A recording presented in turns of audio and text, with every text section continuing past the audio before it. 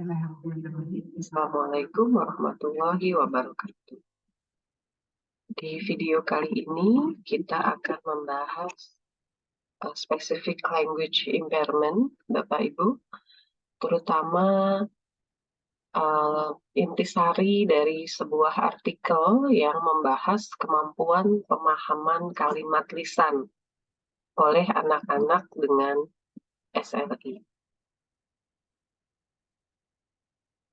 Ya, jadi ini merupakan ringkasan ya hal-hal yang penting dari artikel berikut yang ditulis oleh Montgomery, Gillam, Evans, dan Sergey yang diterbitkan di 2017 di Journal of Speech, Language, and Hearing Research. Ya, jadi ini bisa dilihat ada abstraknya ya, Bapak Ibu ya, dan untuk beberapa menit ke depan kita akan membahas terkait pemahaman kalimat oleh anak-anak dengan SLI. Baik, jadi ketika kita bertanya begitu ya, ada apa sih gitu ya, apa bedanya pemahaman kalimat antara anak yang SLI dan tidak SLI begitu. Nah, salah satu kemungkinan jawaban bisa kita lihat di artikel ini. Peserta penelitiannya ada lebih dari 200 orang, 234 anak, dengan rentang usia 7-11 tahun. Di antara 234 anak ini, 117 anak mengalami SLI, ya, sesuai dengan berdasarkan pengetesan yang dilakukan oleh para peneliti. Lalu sisanya tidak mengalami SLI, dan semua ini, anak 234 ini berada pada rentang usia yang sama. Jadi ada sekian kelompok ini, lalu usianya sama. Nah, kegiatannya adalah peserta mendengar kalimat, ya nanti kalimatnya kita lihat di slide selanjutnya, lalu memilih gambar yang sesuai dengan kalimat tersebut. Ya, kita juga akan lihat instruksinya. Ini dilakukan dalam bahasa Inggris, Bapak Ibu, dan pesertanya juga dominan bahasa Inggris. Nah, kita lihat ini kalimat-kalimatnya ya, beberapa contoh. Jadi ada dua kelompok besar. Satu yang disebut canonical, ya, jadi bentuk dasar begitu ya, yang lebih sederhana, tidak ada perpindahan. Lalu yang kelompok besar satu lagi adalah kalimat non-canonical, ya, jadi ada perpindahan dari kata-katanya. Nah, di dalam kalimat canonical kita melihat jenis ini. Kalau kita baca artikelnya ya, silakan. Jadi ada kelompok kalimat yang mengandung subjek, verba, dan objek. Contohnya misalnya di sini, the square ya subjeknya, had changed itu verbanya, the bed itu objeknya, lalu ada frasa preposisi under the very new dry key. Ya, lalu di dalam atau di bawah jenis kalimat canonical ada yang disebut subject relative. Ya, kita coba lihat contohnya. The watch that had hugged the truck behind the kite was bright.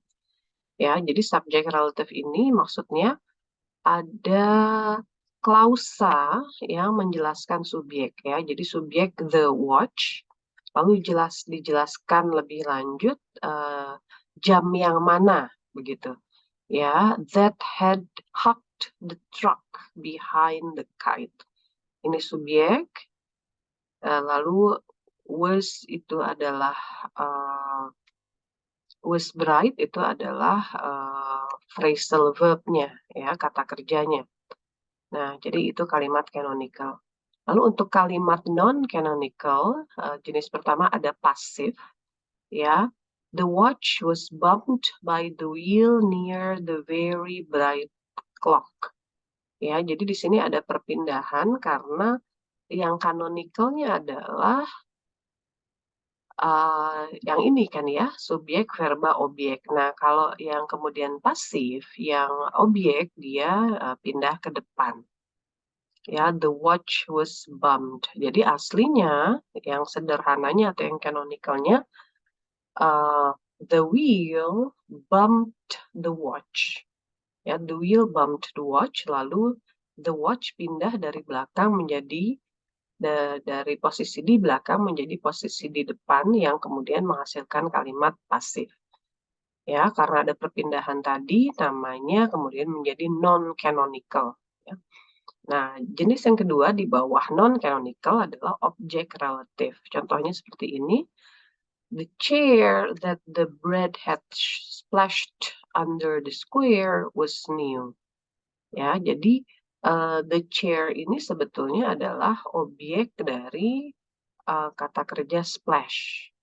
Ya, jadi the bread had splashed the chair. Nah, lalu ada perpindahan juga begitu ya. Jadi secara umum yang non-canonical itu ada semacam pergerakan tambahan ya yang membuat menjadi dia lebih rumit. Nah, ini yang diujikan ya, diperdengarkan karena kan lisan begitu ya. Lalu yang dilakukan adalah tugasnya adalah peserta harus memilih satu di antara 3 gambar ya, suruh pilih, diminta pilih gambar yang mana yang menunjukkan agent atau pelaku ya. Jadi kalau kalimat aktif ya relatif jelas ya, tapi kalau kalimat pasif ya dia harus lihat sebetulnya by ya, by siapa. Nah, itu di belakang by itu adalah pelakunya, lalu dicocokkan ya dengan gambar yang ada.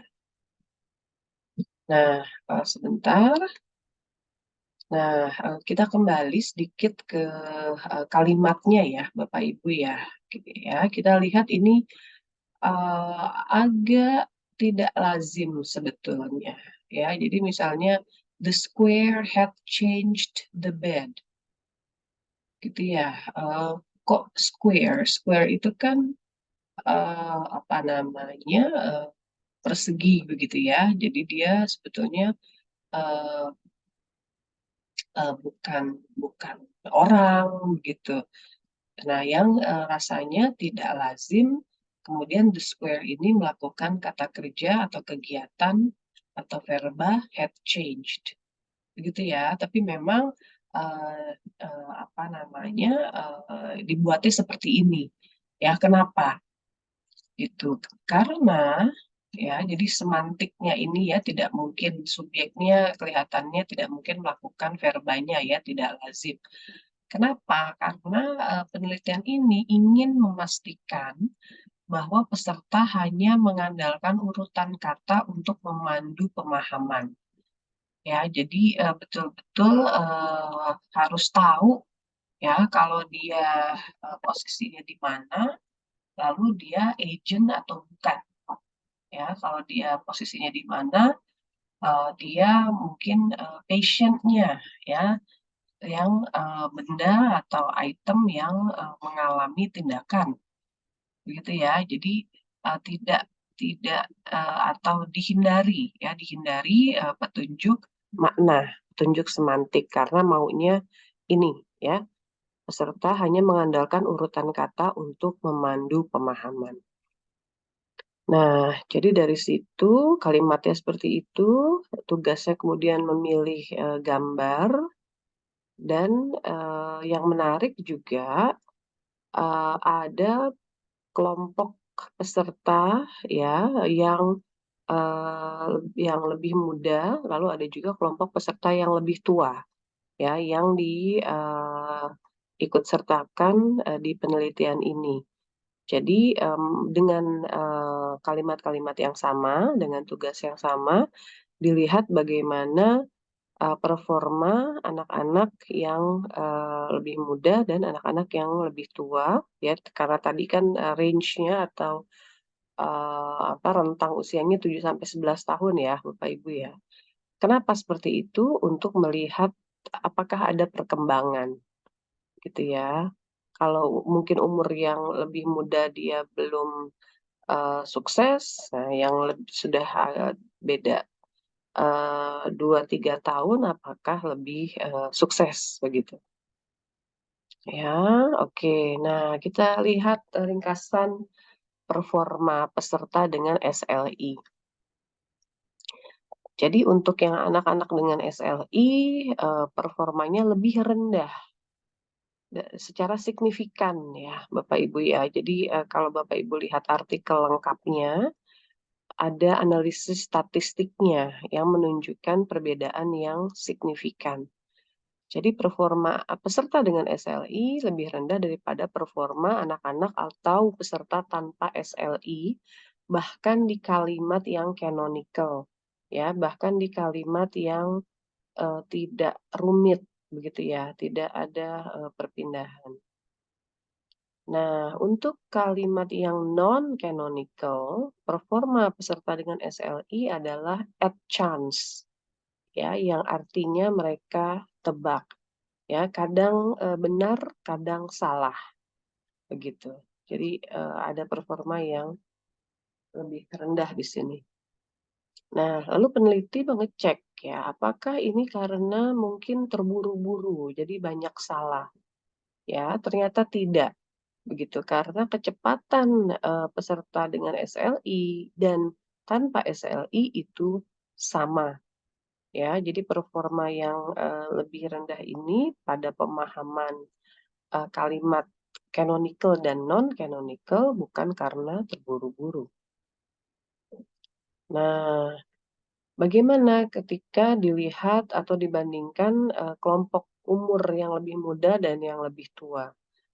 Ya, jadi ternyata ada perkembangan untuk yang canonical, Bapak Ibu. Ya, jadi untuk yang SVO dan subject relative ya yang canonical ketika anak-anak dengan SLI sudah lebih tua begitu ya, umurnya bertambah itu performanya lebih baik ya. Jadi ada perkembangan, ada peningkatan untuk yang canonical.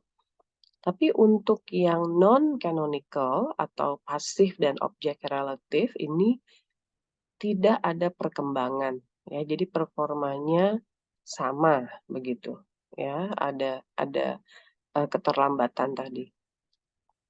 Lalu peneliti menafsirkan yang terjadi adalah ini. Ya, jadi peserta dengan SLI mengalami stagnasi untuk memperoleh dan memanfaatkan petunjuk urutan kata untuk memahami kalimat. Ya, kita ingat bahwa tidak ada petunjuk semantik ya, Bapak Ibu. Jadi kalimatnya bukan seperti misalnya di bahasa Indonesia kita punya misalnya kucing mengejar tikus. Nah, lazimnya kan kucing yang mengejar tikus. Jadi itu kalimatnya kita bisa tebak bahwa agentnya atau pelakunya ya kucing. Pun demikian ketika kalimatnya menjadi pasif ya, tikus dikejar kucing. Ya, kita tidak perlu urutan kata karena dari informasi berdasarkan sehari-hari kita tahu yang lebih sering, lebih lazim mengejar itu adalah kucing. Jadi mau kalimatnya kayak apa, kalau ada petunjuk semantik misalnya seperti tadi tikus dikejar kucing, ya kita tahu ya pelakunya adalah kucing. Nah, tapi kan di penelitian ini tidak ya, karena tadi pakai benda-benda ya yang misalnya bangun datar begitu ya, the square. Nah, jadi nggak ada tuh ya, tidak ada petunjuk makna atau petunjuk pragmatik ya dari pengalaman kita sehari-hari. Jadi penafsirannya seperti ini. Baik. Lalu, terakhir para peneliti, memberi saran klinis Bapak Ibu ya, yang bisa kita manfaatkan di, kegiatan kita sehari-hari dalam mendampingi anak atau siswa kita atau klien kita. Jadi saran klinis adalah karena ada, kesulitan tadi ya, kendala tadi pada, urutan kata, disarankan penggunaan kalimat non-canonical ya, terutama non-canonical yang jelas konteks semantik dan pragmatiknya di dalam terapi. Jadi kalau yang non-canonical, kita bantu ya untuk, memfasilitasi pemahamannya ya, kita bantu, memastikan ada kejelasan, konteks, semantik ya. Jadi maksudnya apa? Semantik dan pragmatik. Maksudnya contohnya seperti ini.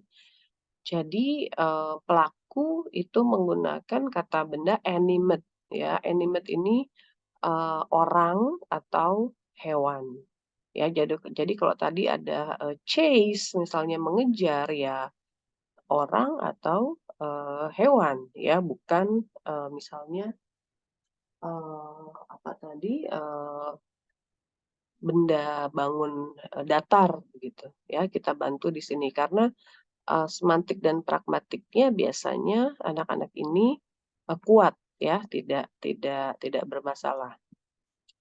Jadi itu, lalu patient itu, seperti tadi, kalimat-kalimatnya. Nah, patient ini, kita kasih atau kita susun ya, kita berikan kata benda yang inanimate. Ya, jadi kemudian, anak atau klien bisa, melihat bedanya, gitu ya. Kalau yang animate dia, pelaku, sehingga kemudian, membantu pemahaman, lalu yang patient ya, yang dikenai tindakan itu kata benda inanimate. Nah, jadi ada saran demikian, Bapak Ibu, dari, penulis ya. Nah, jadi, secara singkat ya, kita, bisa bisa mengambil pelajaran ya, mudah-mudahan semoga dari, penelitian ini bahwa ada hal yang, memang, berbeda dalam perkembangan, pemahaman kalimat lisan oleh anak-anak dengan SLI, dan juga setelah kita mengetahui perbedaan tersebut, kita bisa, mencari jalan keluarnya ya, untuk tetap mendukung anak-anak ini, eee, untuk bisa tetap, berkembang, bahasanya dengan baik untuk, bisa, sukses nantinya di kehidupan sehari-hari. Baik, terima kasih Bapak Ibu, eee, saya rasa cukup sekian untuk ringkasan penelitian, terkait SLI pada video ini. Terima kasih sekali lagi. Alhamdulillahirabbil alamin. Assalamualaikum warahmatullahi wabarakatuh.